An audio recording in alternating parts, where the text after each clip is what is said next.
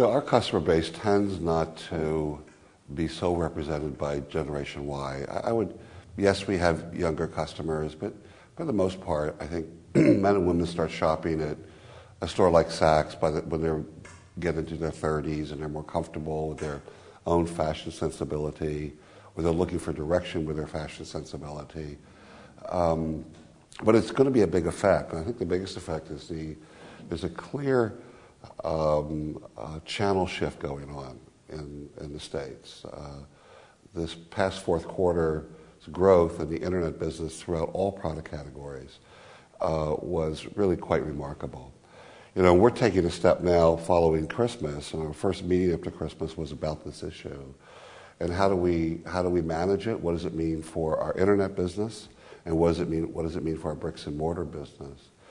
Our assumption is that by 2015, the Saks internet will probably be around 15% of our overall volume, which will make it by far our largest store, if we want to look at it as a store. And there's a comfortableness with shopping online that is quite unique. For stores like us, we have to really think about what that means, how it affects our inventory management, and we're looking at studying possibilities perhaps to look at single inventories because we still run the businesses with separate inventories and separate management. But it's all kind of merging together. And it also, I think, has significant ramifications for our in-store experience. Our goal this year, and our complete focus and obsession this year, is to truly be customer-centric. We talk about it a lot. I don't think we've been as customer-centric, anywhere near as customer-centric as we need to be. And what I mean by that is on a personalized level. While CRM is clearly going to play a much bigger role with our marketing initiatives, what especially store business like ours comes down to is knowing our customers. And we've challenged our buyers to know the top customers in every store who buy their product categories. Over the past 45 days, we've had buyers in Europe buying, but communicating directly with a set of customers and buying specifically for them and communicating directly to the customers and truly trying to completely elevate the experience. At the same time, I think the growth of technology allows us to think about an in-store experience differently. Perhaps we reach out to designers to hold special events via Skype or some type of connection where they're addressing particular customers in particular stores as the product is getting ready to be shipped to the stores with a very intimate kind of communication where the clients can actually talk directly to the designers or to the management of our brands. So we see this. I'm not really sure where it's going to go. I do think it's going someplace. And I think it's going to, over time, really change the in-store experience as well as customer buying habits. The internet has played, there's certain categories in the internet that are just really explosive. For example, children's wear has become an exceptional business online, whereas in our own stores, it's an okay business, not a big business. But online, it's a huge business because that's how parents shop today. The women's shoe business has been quite strong, and which again is surprising, but it's a reality. And of interest, we did some market research this past year. We've done quite a bit this past year, but one of the projects we did in the spring season was about men. And we found that, a very interesting statistic, is that the men are spending 19 hours a week online in non-business communication. Which, now maybe they're spending part of this during their workday online, but it's really an extraordinary number.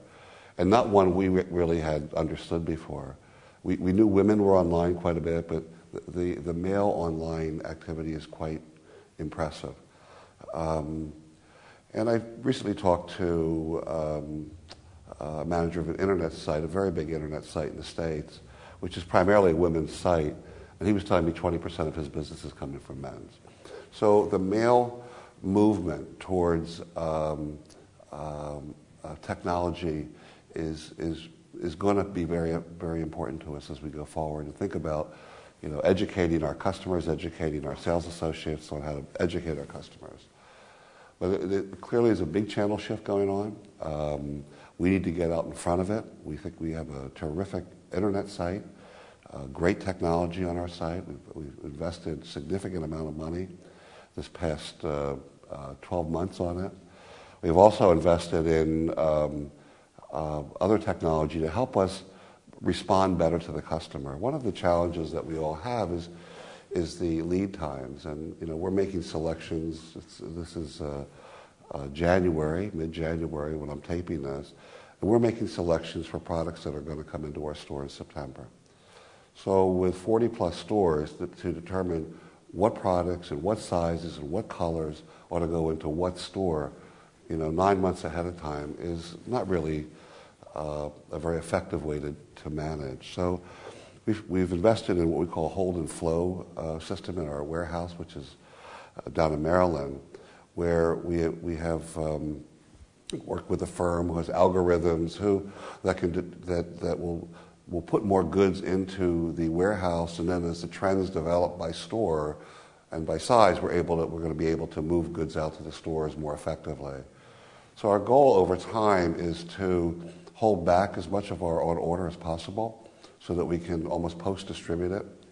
We've also invested in what's called Kiva, K-I-V-A, which is a robotic fulfillment service that we've put into our warehouse in Maryland to enhance the speed of picking and packing.